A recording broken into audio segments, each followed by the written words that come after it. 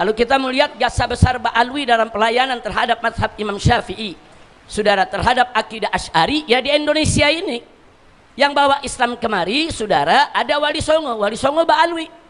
Kok ada seorang yang dianggap dirinya Gus, bahkan ada Kiai Haji pimpinan salah satu wilayah dari organisasi Islam besar di Indonesia, di wilayah Jawa Tengah, di Semarang, berceramah, saudara, mengatakan bahwa Indonesia dijajah sama Arab, dijajah sama Habaib, dijajah sama Ba'alwi. Di mana otaknya? Nah, Bapak Ibu sekalian, apa sih kemudian hari ini, siapa sih kira-kira yang mau merusak Pancasila ini? Dan siapa sih yang mau merusak NU hari ini? Ini saya terangkan. Dua pilar organisasi di negara ini sudah menyatakan untuk saling bergandengan, terutama dari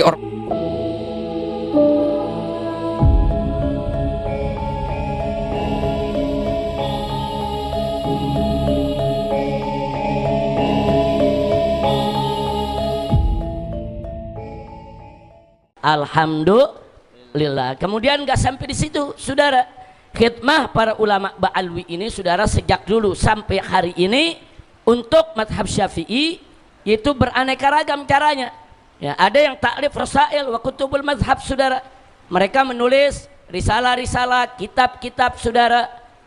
Jadi kita lihat banyak kitab-kitab dalam mazhab Syafi'i, saudara, baik dalam akidah Asy'arinya maupun dalam fikih-fikih, saudara, dikarang oleh ulama-ulama habaib. Enggak betul kalau dikatakan tidak ada.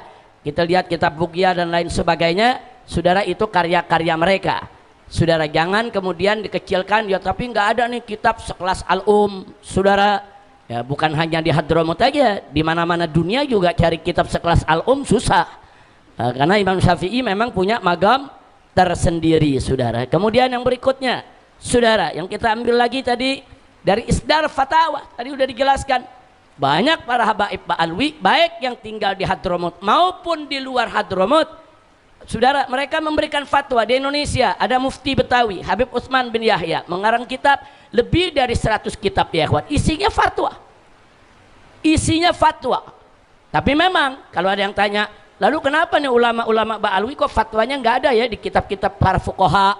Ya kan beda zaman. Tadi beliau katakan, yaitu saudara, kita nih hidup fil amsor, ulama-ulama kita nih ribuan jutaan tuh bertebaran di seluruh dunia, ya ikhwan. Ada komunikasi di antara mereka, ada tidak komunikasi. Bisa jadi mereka-mereka yang mengarang kitab fikih di Timur Tengah sana nggak kenal Habib Utsman bin Yahya. Tapi kalau tanya ulama di Indonesia, hampir semua tahu siapa Habib Utsman bin Yahya dengan fatwa-fatwanya. Seperti yang tadi beliau sampaikan juga, banyak ulama Indonesia cerdas, pintar, saudara. Siapa bilang ulama Indonesia fuqahanya sedikit? Banyak, saudara. Nah, tapi memang kalau kita baca kitab-kitab fikih yang apalagi yang mutaqaddimin, belum ada. Yang mutaakhirin atau muasirin, kadang-kadang memang hampir nggak ada tuh dikutip pendapat Kiai Fulan bin Fulan dari Indonesia, Kiai Fulan bin Fulan, saudara, dari Indonesia. Nah, tidak dikutipnya bukan berarti ulama Indonesia nggak ada yang bisa jadi rujukan, bukan berarti ulama Indonesia nggak ada yang bisa berfatwa, bukan berarti ulama Indonesia kelasnya di bawah ulama dunia, nggak begitu, saudara. Nah, jadi sekali lagi, jadi posisi Ba'alwi dengan posisi ulama Indonesia sudah ya sama saja. Artinya ada yang mereka dikutip dan banyak juga yang tidak dikutip, ya kawan. Kemudian tadi juga luar biasa, saudara.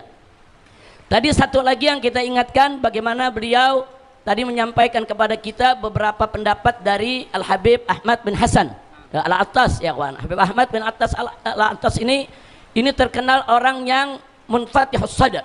Jadi yang lapang dada, yang pemikirannya luas, yang nggak mau mengikat diri secara taklid buta, saudara. Ternyata memang kalangan Ba'alwi dari dulu sampai saat ini mereka ittiba'ul madhab, bukan taklid buta, ya ikhwan. Ittiba' madhab Syafi'i, ya, tapi taklid buta enggak. Maka itu jangan kaget kalau ada beberapa pendapat yang kadang-kadang mereka berbeda dengan madhab Imam Syafi'i, saudara. Itu hal yang biasa di kalangan ulama, ya ikhwan.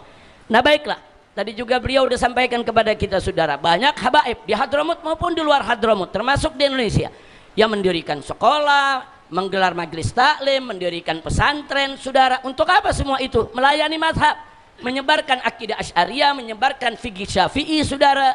Nah, untuk apa mereka buka itu semua kalau bukan khidmatul mazhab? Ya tentu yang dimaksud khidmatul mazhab ini khidmatul Islam wal muslimin, melayani umat Islam. Jadi nggak bisa dipungkiri memang ya, ulama-ulama Ba'alwi saudara, perjuangannya dalam melayani mazhab Syafi'i ini luar biasa. Nah baiklah, yang terakhir, nah saya mau tambahkan saudara, kalau kita melihat jasa besar Ba'alwi dalam pelayanan terhadap mazhab Imam Syafi'i saudara, terhadap akidah Asy'ari, ya di Indonesia ini yang bawa Islam kemari saudara ada Wali Songo Ba'alwi saudara. Kemudian di luar Wali Songo banyak ulama-ulama besar di Sumatera, di Kalimantan, di Sulawesi, di Irian yang nggak ada hubungan dengan Wali Songo saudara. Ba'alwi itu menyebar kemana tempat saudara. Nah artinya apa? Mereka menyebar kemana tempat yang mereka bawa sama mazhab Syafi'i, karena mereka datang dari Hadramut saudara, yang dibawa oleh Wali Songo mazhab Syafi'i, yang dibawa oleh habaib yang tersebar di luar Jawa juga mazhab Syafi'i. Nah kita kalau lihat bagaimana seorang Al-Gadri bisa jadi sultan di Pontianak, bagaimana seorang Ba'alwi Al-Idrus bisa jadi sultan di Kubu saudara, kemudian bagaimana seorang bin Syahab bisa jadi sultan di Siak saudara, itu fakta.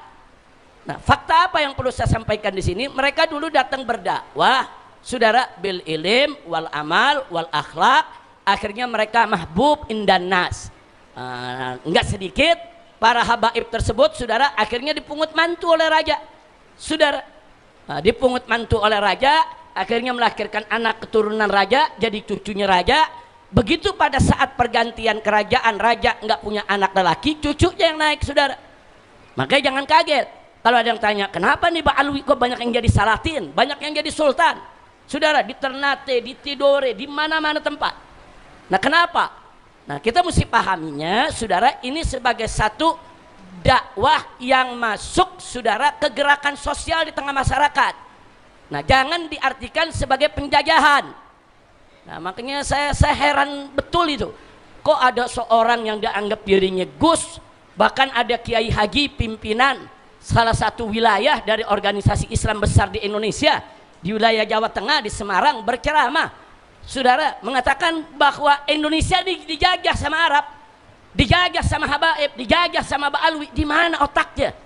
Dia kiai haji, dia guru, dia ikut mimpin saudara di salah satu cabang daripada organisasi Islam yang mengaku sebagai Ahlus Sunnah. Udah gila ini saudara. Itu bukan proses penjajahan saudara, itu proses saudara, yaitu proses pembauran. Bagaimana para habaib datang ke Indonesia berdakwah bil ilim wal amal wal akhlak, mahbub indan nas. Begitu mahbub sampai raja-raja tertarik, diambil ini habib-habib dijadiin mantu saudara. Di kerajaan Kutai saudara, kerajaan Kutai, kerajaan Dayak di sana di Kalimantan Timur saudara. Nah itu pangerannya bin Yahya saudara, jadi mufti saudara, di mana-mana ada yang jadi pangeran, ada yang jadi mantu, termasuk Sunan Giri saudara. Nah, Sunan Giri itu saudara, ibunya saudara itu keluarga besar daripada kerajaan Blambangan Majapahit saudara. Nah kok bisa Sunan Giri menjadi sunan, kok bisa menjadi sultan saudara, kok bisa menjadi raden saudara? Ada apa? Ya karena memang ibunya dari keluarga raja, wajar ada perkawinan. Saya tanya, ini pembauran atau penjajahan? Pembauran. Jadi jangan pura-pura gila lah saudara. Ada kiai, ada gus ngomong serius banget, awas hati-hati, Ba'alwi datang ke Indonesia ini mau menjajah, mereka mau menjajah kita. Sedih saudara, saya lihat begitu sedih. Itu kalau itu yang bicara buzzer, yang bicara orang yang nggak pernah belajar agama, nggak ada urusan. Ini yang bicara kiai, yang bicara gus, yang bicara ini lulusan pondok pesantren, yang bicara ini ngaku Ahlus Sunnah wal Jamaah. Kok bisa melihat Islam datang ke Indonesia dibawa oleh penjajah? Innalillahi wa inna ilaihi raji'un. Baiklah, itu nanti ada babnya kapan-kapan kita bahas ya kawan. Insya Allah, saya cuma ingin memantapkan apa yang dikatakan oleh Dr. Saudara Mustafa bin Sumait tadi, bahwa khidmah Al-Ba'alwi saudara dalam mazhab Syafi'i disebarkan ke dunia, itu khidmah yang tidak terpungkiri, termasuk disebarkannya mazhab Syafi'i di Indonesia saudara. Kalau nggak ada Ba'alwi yang datang kemari saudara, yang datang dari India bisa mazhab Hanafi yang ada di Indonesia, yang datang dari Iran bisa mazhab Syiah yang tersebar di Indonesia saudara. Tapi ternyata saudara yang datang kemari adalah ulama-ulama Ba'alwi dari Hadramut, dan mereka membawa mazhab Syafi'i Asy'ari. Alhamdulillah. Makanya saudara jangan kaget kalau di Hadramut sama di Indonesia nih saudara, bukan hanya urusan syariat, bahkan urusan budaya, ada pertukaran budaya saudara. Salah satunya apa? Di Hadramut itu ada tarian Zafin saudara.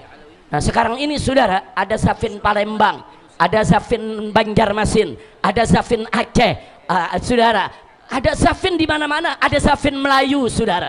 Dari mana itu Zafin? Gerakannya, kakinya, langkahnya dua kali itu dari Hadramut saudara. Artinya apa? Ada pertukaran budaya, bukan hanya soal mazhab Syafi'i, bukan hanya akidah Asy'ariyah, sampai budayanya. Alhamdulillah, nggak sampai di situ, lisannya fase-fase orang Indonesia. Saya nggak dengar dari Sabang sampai Merauke orang Indonesia yang mengatakan Allah, Subhanallah, La ilaha illallah. Ada orang Indonesia begitu? Nggak ada. Sabang sampai Merauke nyebut Allah apa? Allah, Subhanallah, Allahu Akbar, La ilaha illallah. Saudara, kenapa? Karena yang datang bawa Islam ke Indonesia Ba'alwi dari Hadramut yang memang lidahnya fasih. Alhamdulillah, kira-kira jelas ya? Paham ya? Nah, dan yang terakhir, ya tolong ditambahin Habib Hanif nih, lulusan Hadramut yang ada di sini. Bukan hanya Hadramut, saudara, yang budayanya kita ambil. Saudara, yang lahjanya kita ambil. Ternyata orang Hadramut juga ngambil kata-kata dari Indonesia jadi bahasa di Hadramut yang orang Arab di luar Hadramut nggak tahu saudara. Seperti apa? Sarung. Orang Hadramut sebutnya sarung. Itu bahasa dari mana? Indonesia. Potlot. Kan dari kita saudara. Orang Hadramut sebutnya potlot. Di Sewun saudara, yang kita makan sambal di sana disebut sambal. Di Saudi orang nggak tahu apa itu sambal, di Mesir nggak tahu apa itu sambal, di negara-negara Arab lain nggak tahu, tapi masuk Sewun sambal, mereka tahu sambal. Artinya ada pertukaran bahasa, karena dulu banyak habaib datang ke Indonesia, kawin sama orang Indonesia, anak-anaknya masih kecil dipulangin ke Hadramut. Nah disuruh pulang, suruh belajar di sana, bagaimana belajar adab, bagaimana belajar bahasa. Setelah mereka dewasa, seperti Habib Utsman bin Yahya kan dikirim ke Yaman saudara. Setelah pulang mereka jadi ulama di negeri di mana mereka dilahirkan. Alhamdulillah. Ini itu saja, singkat saja. Indonesia, mazhab Syafi'i yang tersebar ini merupakan potret besar saudara, bagaimana perjuangan kaum Ba'alwi di dalam menyebarkan mazhab Imam Syafi'i. Alhamdulillah itu. Nah Bapak Ibu sekalian, apa sih kemudian hari ini, siapa sih kira-kira yang mau merusak Pancasila ini, dan siapa sih yang mau merusak NU hari ini? Ini saya terangkan. Dua pilar organisasi di negara ini sudah menyatakan untuk saling bergandengan, terutama dari ormas Islam. Muhammadiyah dan NU ini sudah seiring sejalan. Dua-duanya sudah mengakui, Asobiyah ini sudah diakui, Pancasila sudah diakui sebagai falsafah dasar negara. Muhammadiyah dan NU sudah sama-sama mengakui, meskipun Muhammadiyah agak sedikit terlambat, tapi kemudian dua-duanya bersepakat. Hanya satu Pak yang belum bersepakat, itu salah satu partai politik, dia masih belum mengakui Pancasila. Tapi oke lah, itu tinggalin aja. Tinggalin aja, dan ya kalau bisa ya kesadaran jangan pilih lah. Nah ini kemudian Pak, yang membuat kesadaran terhadap kita adalah bahwa dari berbagai proses ini, perjalanan bangsa ini, kemudian kita menemukan musuh-musuh baru. Musuh-musuh baru itu siapa? Yang ingin menggerogoti Pancasila tapi tidak kunjung berhasil, termasuk komunisme juga tidak berhasil, kelompok NII Kartosuwiryo di Tasikmalaya tidak berhasil. Lalu kemudian muncul musuh baru Pak, yang diekspor dari luar negeri. Yang pertama adalah Ikhwanul Muslimin yang berbasis di Mesir. Ini nama pemimpinnya Hasan al-Banna. Hasan al-Banna ini adalah Ahlussunnah wal Jamaah Pak, tapi kemudian dibelokkan oleh Said Qutb dan Muhammad Qutb, kemudian berubah menggunakan konsep-konsep dari ajaran Muhammad bin Abdul Wahab. Nanti saya bahas. Kemudian yang kedua adalah Hizbut Tahrir. Ini gerakan politik yang berasal dari Palestina, yang kemudian hari ini berusaha meracuni anak-anak muda kita dan kita semua. Yang ketiga adalah kelompok Wahabi. Ini jelas-jelas dari Arab Saudi. Nah ini yang kemudian menjadi tiga pokok utama yang harus kita lawan, karena tiga-tiganya ingin menumbangkan Pancasila, dan tiga-tiganya ingin menumbangkan NU dan Muhammadiyah, karena NU dan Muhammadiyah dianggap sebagai penopang utama keberlangsungan Pancasila. Ini tiga paket ini Pak 3 musuh dan 3 paket. Inilah kemudian yang berusaha ditumbangkan barengan. Jadi mohon maaf kalau di NU sekarang muncul faksi-faksi yang mengatasnamakan NU garis inilah, garis miring, garis putus-putus lah. Nah ini kan sebenarnya upaya pemecah belahan itu. Termasuk di Muhammadiyah juga ada faksi-faksi meskipun nggak kelihatan. Nah ini adalah upaya memecah belah, sebenarnya targetnya adalah Pancasila Pak, tapi jalur pantulnya itu kalau main karambol itu ngebannya lewat NU dan Muhammadiyah. Makanya jangan sampai NU dan Muhammadiyah ini terhasut lalu kemudian rontok perlahan hingga lama-lama negara ini tumbang perlahan juga.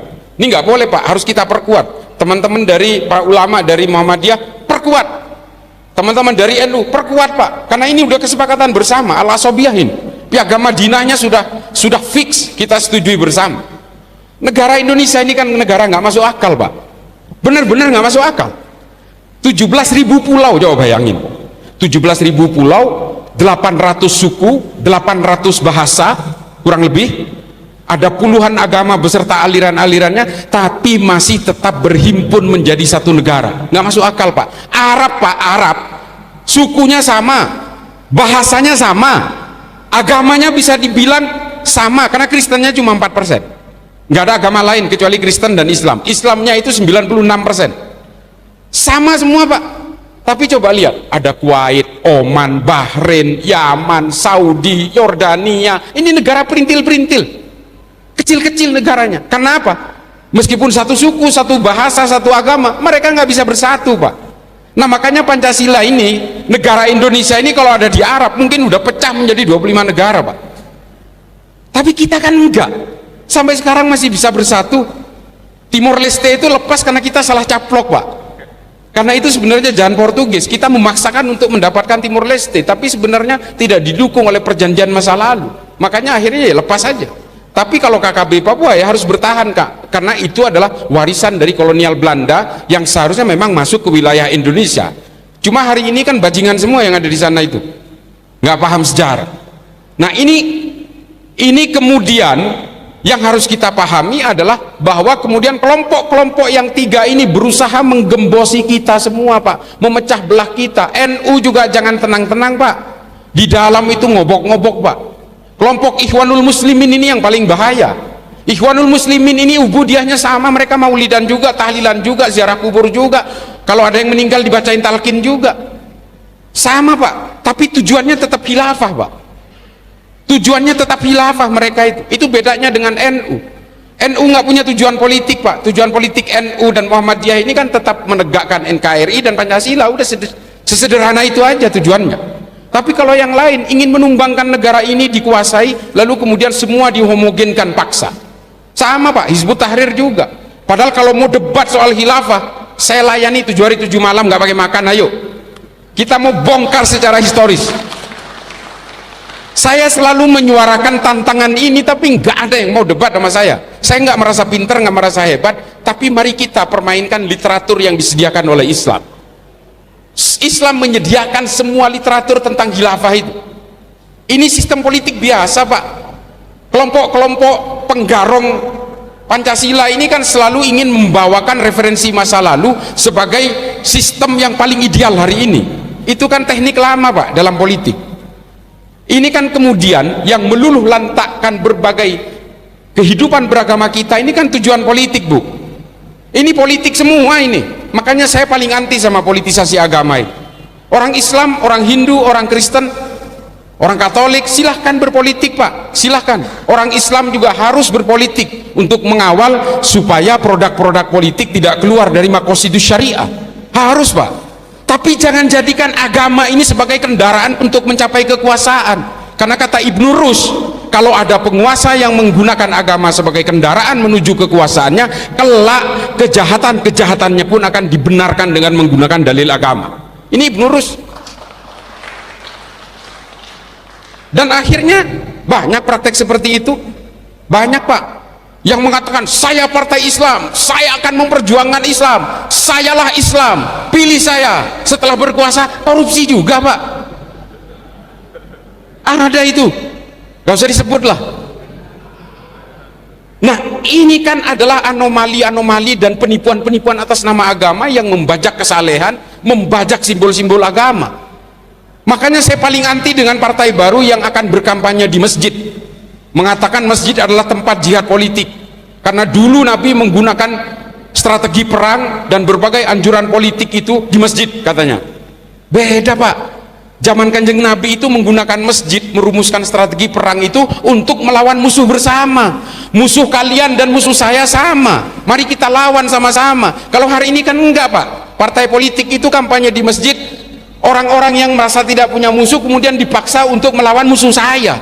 Itu bedanya. Para ulama ketika melawan penjajah Belanda juga menyuarakan berbagai ijtihad politiknya dari masjid, karena musuhnya musuh bersama, namanya penjajah Belanda. Itu musuh kita. Tapi kalau hari ini enggak, kalangan muslimin semua, mari kita lawan semua musuh saya. Kan musuhnya dia doang Pak, hanya musuhnya dia yang disuruh lawan dan mengajak kita. Nah inilah penyimpangan itu. Dan mereka yang suka berkampanye di masjid, saya nggak mau nyebutin capres lah, semuanya juga kok, semuanya sama itu. Saya memang nggak ada lah, udahlah pokoknya gini, sayangilah agama ini, jangan kemudian dijadikan kendaraan-kendaraan politik, karena suatu saat mereka juga memiliki kejahatan. Kita kan manusia biasa Pak. Nah kemudian orang-orang yang memaksakan untuk mengatakan oh masjid harus punya jihad politik, ya lihatlah sejarah lah, bagaimana Khalifah Umar bin Abdul Aziz sampai mengeluarkan ketetapan bahwa khotib Jumat harus membawakan surat An-Nahl ayat 90 di bagian akhirnya. Nah ini kan di masjid kita sampai dilakukan sampai hari ini. Itu kenapa? Karena dulu Pak, masjid itu tempat caci maki. Ibu sekalian, dulu masjid itu tempatnya mencaci maki lawan politik.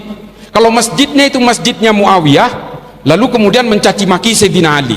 Kalau itu masjidnya Sayyidina Ali, tempat mencaci makinya Muawiyah. Dari dalam masjid mereka sholat bareng, sampai keluar itu bunuh-bunuhan. Makanya kemudian Khalifah Umar bin Abdul Aziz, khalifah kelima dari Bani Umayyah, mengeluarkan ketetapan khotib harus membawakan surat An-Nahl ayat 90. Innallaha ya'muru bil adli wal ihsan wa ita'i dzil qurba wa yanha 'anil fahsya'i wal munkari wal baghi ya'idukum la'allakum tadhakkarun. Ini supaya orang ingat bahwa kita semua ini adalah harus membangun kebersamaan. Semua umat Islam, semua umat manusia ini harus saling bekerja sama, saling bergotong royong. Itu maunya Khalifah Umar seperti itu, dan tradisi ini terus dipakai sampai hari ini. Nah ini mereka ini nggak tahu sejarah itu, bahwa berpolitik di dalam masjid untuk kepentingan kekuasaannya nggak boleh. Kalau menyuarakan kita, misalnya kita diserbu oleh tentara musuh misalnya, oh silahkan Pak, galang kekuatan masjid. Kalau perlu kita bagi-bagi senjata di masjid, nggak apa-apa. Kalau memang negara kita diserbu oleh orang lain. Lah ini kan urusan bilik suara Pak, hanya urusan coblos-mencoblos ini, cuma 1-2 detik, tapi kemudian kita dibohongi 5 tahun ke depan, kan kita juga nggak ikhlas Pak.